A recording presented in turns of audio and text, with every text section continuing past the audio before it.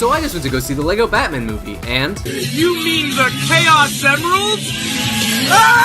It was pretty fun. Despite the crowd I had while watching this movie that just wasn't invested at all for whatever reason, I have to say that this is one of the most fun cinematic experiences I've had in a while. It certainly has that same charm that was brought by its predecessor, the Lego movie, but to a lesser degree. But let's go ahead and talk about the film. So Lego Batman movie follows, you guessed it, Lego Batman and Lego Gotham, where he must stop the Lego Joker and raise the newly adopted son. And the plot plans out pretty much exactly the way you expect it to. Batman, of course, plays the egomaniacal protagonist that isn't allowed to have any emotions because he's Batman. This sets up for a lot of the stereotypical jokes that you'd imagine a film parodying the superhero genre would do. And I have to say that they were very well executed. There are a lot of jokes about Batman's film and TV history and the superhero genre in general that just cause for a great laugh. However, this is also a slight downfall for the movie. I know I certainly understood the majority of the references, but it was apparent to me that most of the audience members in the theater, especially the kids, were quite disconnected with the jokes. If there's one thing the Lego movie balanced extremely well, it was a blending of comedy for both kids and adults. Subtle humor that can be taken both actively and passively that created for a very entertaining and intelligent film. However, this film seems to have lost a bit of its footing in that department, where the comedy looks to be mainly geared to the adult audience, and really only those that have an understanding of Batman's past. I guess what it all comes down to is that the film relies a bit too much on the audience to understand the jokes, where the Lego movie simply had all of its comedy ready and available for all audience members to enjoy. That's not to say this movie wasn't funny, because I had a smile on my face nearly the entire time I was watching it, and it had that same self-aware, intelligent comedy of the first. In some respects, I'd argue that the film has better comedic awareness than its precursor. It found new and interesting ways to jab at my nostalgic memories and make me laugh, although there were some things I wasn't a big fan of. First of all, there's a very noticeable increase of product placement. I should state that I don't really have a problem with product placement, but it becomes a problem for me when the film blatantly puts a focus on it and then repeats the process again, which is unfortunately the case for this movie. For example, this movie really